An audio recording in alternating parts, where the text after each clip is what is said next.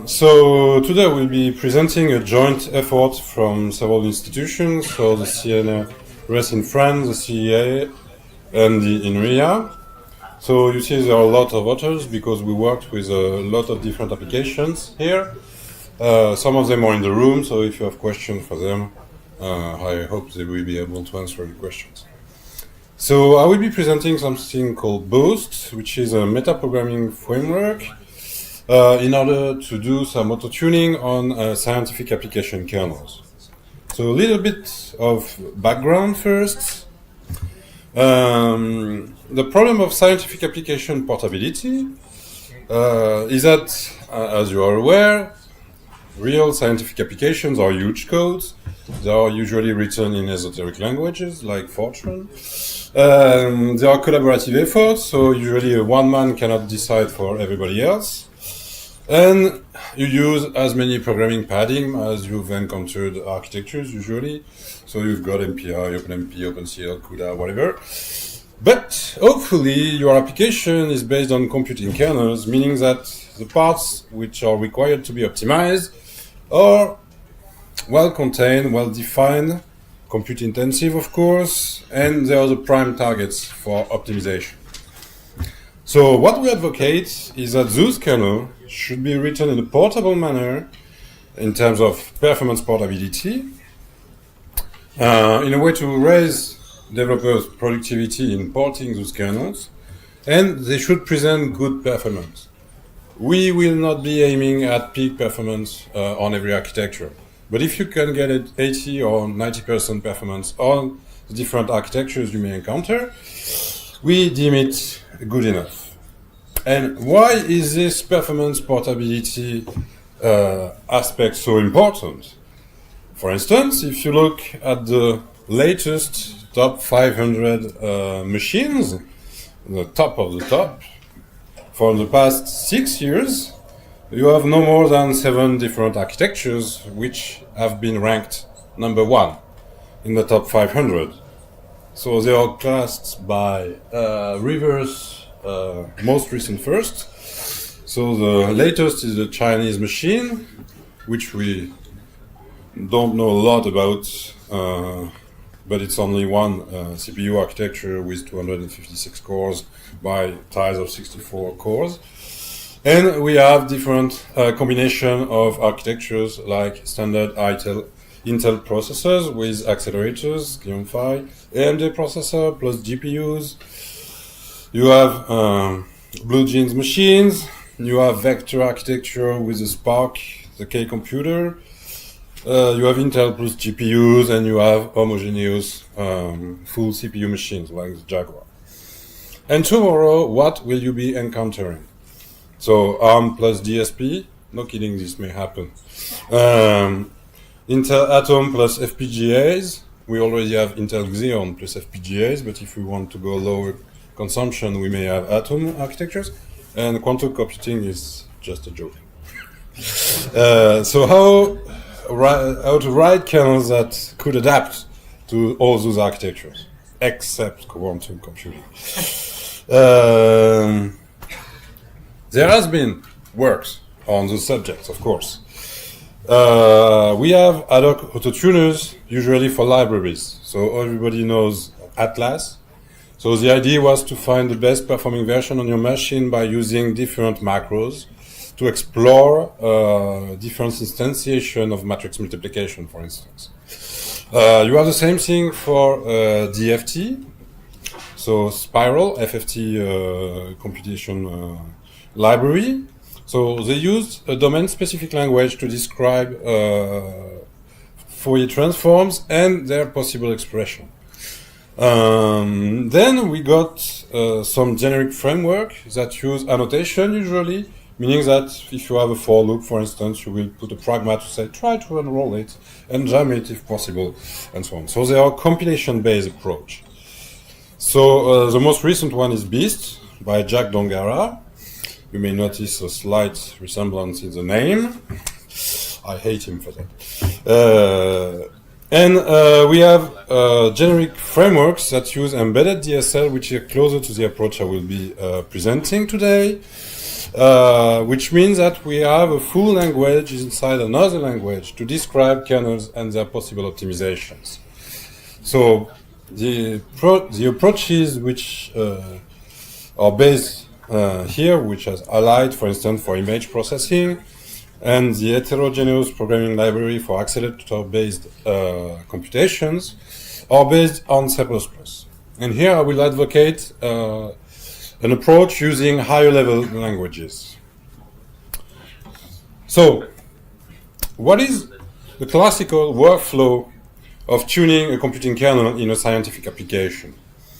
Usually, the developer, which is a knowledgeable physicist, as well as a very knowledgeable programmer, even if he's not a programmer by trade, developed some algorithm on his blackboard, and then he wrote it in the most useful language for him, Fortran, because it allows him to translate his formula directly in his code. So he has a Fortran implementation, and he will then compile it using none of those compilers because he's working on an Intel platform. He's using ICC or iFortran, sorry, and he will get a binary of his program using his favorite flags. He will then do an in-depth performance analysis using none of these tools because he will just take the time it takes to run. And he will say, well, I'm not really satisfied, so maybe I can find some better way to use this architecture. So he will use his knowledge of the architecture and will try some tweaks in his code. And he will get two results. Either he has a new version of his source code with optimization for this architecture, or he tries to be a bit more strategic and he does another version for this architecture. So the problem with this approach is either you're losing information when you update your kernel for the new architecture you're targeting, or you have duplication of versions which may or may not work on other architecture and are difficult to benchmark once against another. And the different optimization you put in some of them, you cannot test independently. So the idea here is that the computing kernel should not be written in the target language, but rather at an higher level where you can describe orthogonally different optimizations and you can then activate one or the other independently. So the idea here is to use a higher level object language than C++, which has been tried before or while we were doing BOAST. So BOAST will be able to generate a source code from this description. So it supports C, OpenCL, Fortran, CUDA, vector instructions in C, and so on. The framework should be able to compile with different compilers this generated kernel. It will be able to get performance data, the timing of course, but also hardware counters and so on. And it will be then able to loop in order to find the best performing version. So the idea is to have a framework. You only write the source code, and then the framework will iterate over all the possible versions and find the suited one for your architecture. So if we look at how BOAST is architectured, so I will not go in depth today on how you can use BOAST, language and so on, because I don't have the time in 30 minutes to do such a thing. But I will show you how we used it in different scientific applications and how the kind of results we got using it. So the BOAST architecture is mainly composed of two modules, which one is a code generation part and one is a BOAST runtime part. So you start from an application kernel on the top left, you translate it into the BOAST language, and then BOAST will be able to generate the source code, compile it, execute it, get some performance results, and iterate until it finds the best version. So when we are doing the performance measurement, we are also doing non-regression tests. Because if you are able to provide inputs for a kernel, we can always check that the outputs are always the same, or we can give you the accuracy of your numerical results when they are computed. And this is a very important part, and we'll see it in the examples. So the different possible output of BOAST are in green here, meaning that you can have the source code generated as an output, you can have the binary of your kernel as an output that you can link into your application, or you can use as an output the meta program,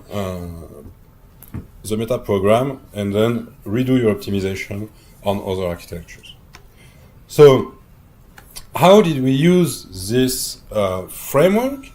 For instance, this summer we had a summer project with Guillaume and Julien, which are here, on porting Gysela kernels onto BOAST.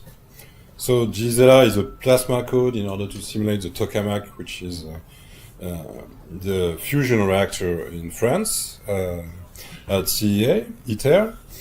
And so Gysela stands for Gyrokinetic Semi-Lagrangian. And one of those kernels is a two-dimensional advection. So what was the workflow we followed using BOAST? So the first thing could be considered preparation steps. We extracted those kernels, which were not completely independent inside Gysela. We had to change some of the API of those kernels, because if you want to do non-regression tests, it's easier to have only scalars or arrays. Structures can be hard to implement, and especially if you want to compare C and Fortran versions, the structures layout are very different from one another. So it's easier to have interfaces which are simpler. We could have done structures, but it was much easier to link against the generated binary, for instance. We defined some data in order to do some non-regression tests, and we integrated those reference versions we defined inside of BOAST in order to be able to do non-regression tests and to have a baseline for our performance, which were the reference implementation. So we had to install Ruby, because BOAST is based on Ruby, on 4 different machines. So this was easy. And then we had some issues with Intel compilers not being very nicely installed on the platforms, which was a bit problematic, but nonetheless, it went pretty well from my point of view. And then we wrote a meta program, as I was telling you, that printed different optimized versions of this. So for this, you need to learn a bit of Ruby, and you need to learn BOAST, but we have now several tutorials, because we turned this experiment into a tutorial. And you should start incrementally from the small routines, which may have 1 or 2 optimization parameters, and then go on the upper levels. Of course, computer scientists may not be able to find all the possible optimizations. So it's better if you work with a computer scientist and with the application developers who knows a lot of things about their applications, the memory layout, what are the vector strategies which are possible on their code. So physicists usually have a very in-depth knowledge of their code, and they are very well, they know very well how they could optimize those codes. And then we integrated this the best version into Gysela to do some benchmarking. But I will not talk too much about it today. So, what kind of parameters did we identify? We wanted to test inlining, so this is something we can do in both, inlining the lower subroutines, or trying to have the compiler do it for us by using pragmas that IFORT or ICC understand. We tried to do some loop unrolling, which were both driven or compiler driven. We generated C and Fortran in order to compare. We tried all the different possible compilers on the platform in order to see if we had performance difference between those compilers. We try to change the blocking parameter or the innermost routine, and we try one explicit vector scheme that we thought might be able to get us some improvement. So in the end, for instance, the code is 200 lines of Ruby for the main kernel, and it has to be compared to the original Fortran code, which was 300 lines. So usually we see this kind of shrink when we go to a high-level language to describe a kernel. And I will show you another example where we get the same kind of kernel reduction. And then we tried all the combination of those parameters on 4 different platforms, and it took from 1 to 20 minutes to run on each of those platforms. In order to get the results, I will be showing you. So, what kind of results did we get? So this is ordered by the oldest architecture to the newest architecture. And you will see we have some pretty unsettling results to show. So the first machine was a Westmere, so something which is even older than its laptop, which is pretty old already. How should you read those graphs? So this is all the generated version on the x-axis. So you see that we had 609 versions we tested here with the different compilers and everything taken into account here. The reference is that line, and they are ordered by performance. So here you can see the different performance of all the different versions we tested. So, of course, there are many ways we could represent this data. This is one projection based only on the performance, just to show you how different can those behave. The reference was the original code? Yes, on the default compiler of the platform. So, the optimal parameters here are to use Fortran, to force the unrolling, to force the inlining, not use, of course, the intrinsic version of the code because the vector scheme we designed was not really optimal for this code. It's spilling and stalling too much. We have a quite big block size of 4, and the best performing compiler was a recent Intel one, Intel 16. So this is the parameters for the lowest dot on the bottom left. So the best performing one. And with this, we have a speed up of 2 when we compare to the reference version. So then we went on to a new architecture. So this is a Sandy Bridge, so exactly the same kind of architecture as this laptop. But it's a Xeon Sandy Bridge, of course. So we have a 16-core node. And here you see that 3 parameters have changed, in fact. We are still using Fortran. C is not as good, but we don't force the unrolling and we don't force the inlining. And you see that the blocking size has been reduced. And what's also interesting, if you look at the curve, is that this algorithm was maybe designed on this Sandy Bridge, and you see a lot of stability on the results. So many versions have good performance on this architecture. What is also interesting is that you see that the Intel compiler, which gives the best results, is an older one than the previous one. And the speed up we get is a bit smaller, which is 1.7, but more or less we still have some kind of good results. So now we went on a newer architecture yet, so we went on to an Haswell, which is much more recent, 2015. So you see that some of the parameters were switched back to the previous values, meaning that we forced the unrolling and the inlining, and the block size has been increased again. But the optimal compiler is even older than the previous ones. So apparently Intel has a problem with their optimizing compilers. Sorry, that reference execution time was for the Sandy Bridge, right? No, it's on this architecture. On the same architecture? Yes, Oh, okay. on the same architecture. So you see that this kernel was not designed for an Haswell, apparently, because the reference version is running very bad. And Question, is the enrolling and inlining not foreseen by compilers? maybe, When we do but here we force it using BOAST, I think. Is that right, Guillaume? Yes. So we tried, when we didn't force it using BOAST, we used Pragmas for the Intel compiler to inline and enroll. And it failed, apparently. Because when we do it inside of BOAST, we get better results.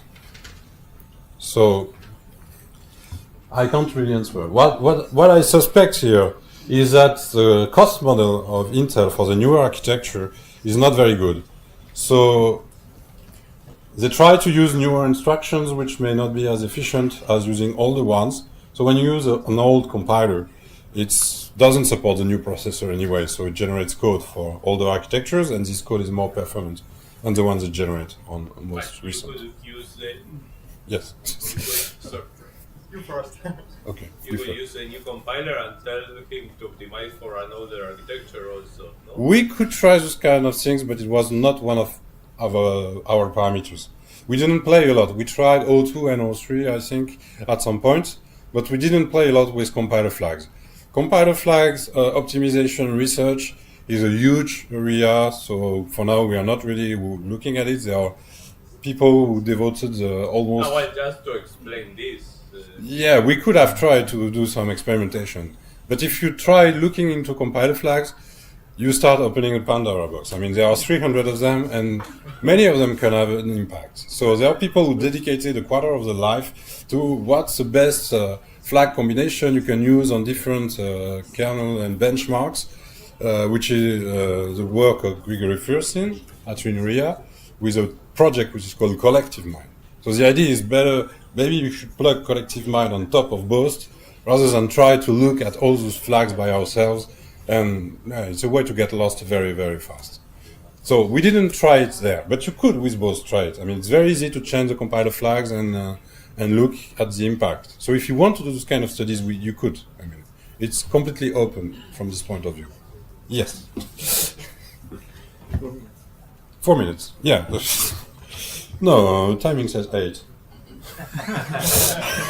I should have half an hour. I mean, half an hour is already small enough. You can't eat 4 of them. So the latest architecture we tried was a KNL. So here, of course, you can't use Intel 14 because it won't even run on the machine. So here you can see that we can get a speed up of 4, and you can see that the blocking size is very reduced. And this is coherent with the small pipelines of this architecture and the fact that you have 4 threads working in parallel. So you can have a most reduced granularity here. But BOAST still needs to do some of its magic in order to inline and enroll the routine. But we see a good speed up. When we put it back into the application, we see less of a speed up because the memory, the way the different kernels are scheduled inside the application is not optimal. So maybe we should put a higher level in BOAST and try to see if we can find different schedulings in order to optimize the way we use those kernels. Nonetheless, the performance we got here as an improvement ranges from 2 to 4. So it's quite interesting by itself. We also ported BigDFT, which is DFT as density functional theory code, which is to compute the properties of crystals and molecules by computing the energy, the electronic density around the atoms. So it's based on Debussy wavelets, and there are no implementation of the Debussy wavelet formalism out of BigDFT. So all the routines have had to be optimized by hand before.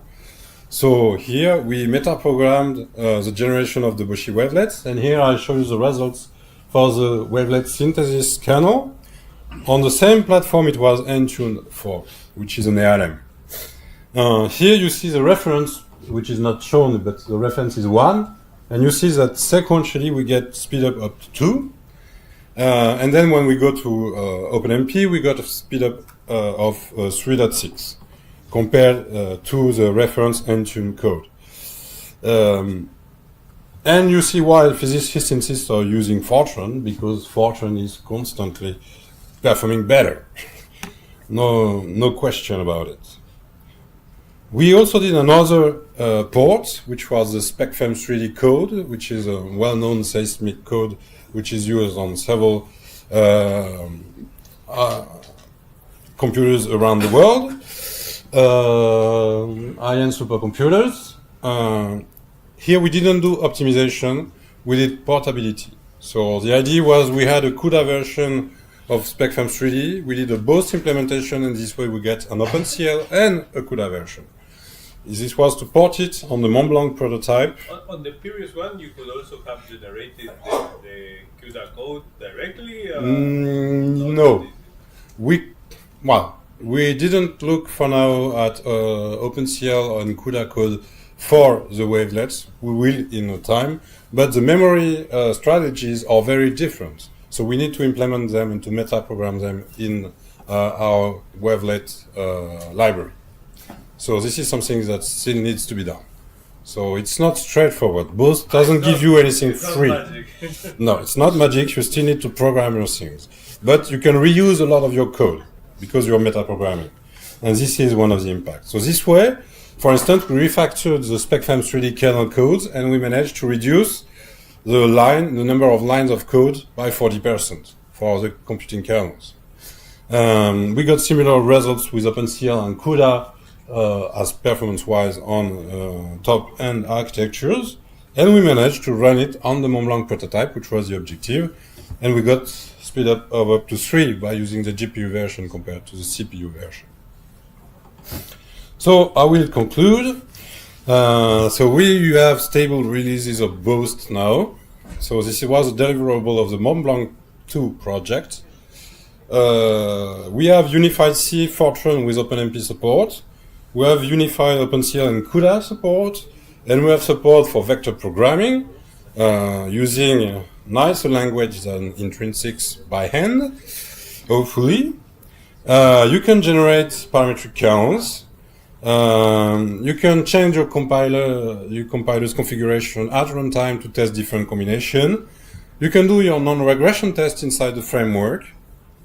And we have benchmarking capabilities with PAPI, with hardware counters, and we have energy monitoring also, which is not shown in this slide, but we have it.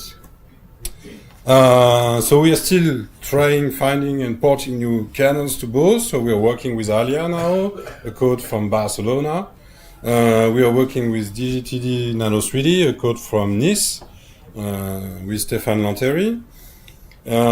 We would like to try to see and couple both with other tools. So we were talking about compiler flag optimization, parametric space pruners in order to speed up the optimization are also something we work with. We are doing binary analysis with Macao with Olivier Homage that was presenting previously. So Macao analyzes your binary, it tells you how it should perform on an architecture and what kind of transformation you could do to improve it. We would like to couple it with other tools that do binary transformation and things like that. And we're always looking for feedback in order to improve the language, in order to help people use it. And in the future, I was talking about new architectures, so they will be coming. FPGAs should be supported by OpenCL at least. Most of FPGAs nowadays support OpenCL. But the compilation times will be pretty long, so this is something we may need to take into account. We have support for the KNL already. We don't know how we'll be supporting the new ARM vector instruction, but it is something we plan to do. And then you have new memory architectures, like the KNL high-speed memory bandwidth on top of the chip, which can be interesting to to hand use. So we could do it with both by adding new addressing space, and then for non-volatile memories, where you have checkpoint benchmarking, maybe it's not in the kernel that we would put these improvements. Nonetheless, we have to think about it because the new supercomputers will have those kind of facilities embedded inside. So the next slide is bibliography, if you want the references. So I'm done. Great, thank you. There is time for a question, if some. There are still some questions. Yes? Yes, so you're testing different combination of option and implementation on one kernel, but then what about the influence of the context of this kernel inside the whole application? So I was talking about it with Gysela, Yeah. saying that when you schedule those kernels, you have to take care. So indeed, the idea is that you may want to put in BOAST also the OpenMP loops that use those kernels, in order to see if you can send the tiling and blocking at the OpenMP level in order to facilitate reuse in the cache and so on. So as we were saying, it's a recursive approach. You start on the lower kernels and then you go higher until you're satisfied with your performance. So maybe in Gysela we could go a bit higher to see how to schedule better the kernels or how to improve the memory layout in order to improve the locality of the data, which is what is preventing it from using the full speed of those kernels. In the previous talk, they mentioned about these runtime systems and that lots of things could be interpreted as a runtime system. These can also be interpreted as a runtime system? No, it's not a runtime system. It's for me, it's a framework to develop computing kernels. I can use the runtime system Olivier was talking about, and you can use in your application kernels which are optimized for this architecture inside this runtime system. So there is a coupling between those different tools. But BOAST, of course, has a runtime system by itself, but what you get out of it is only a kernel. You can use it in your application directly. It's tied to nothing beside maybe OpenMP, which is a runtime system, which has a runtime system by itself. But you will never be working with the BOAST runtime system once you are done optimizing your application. So I don't have a runtime system behind that I need to use. Okay, thank you. Thank you very much.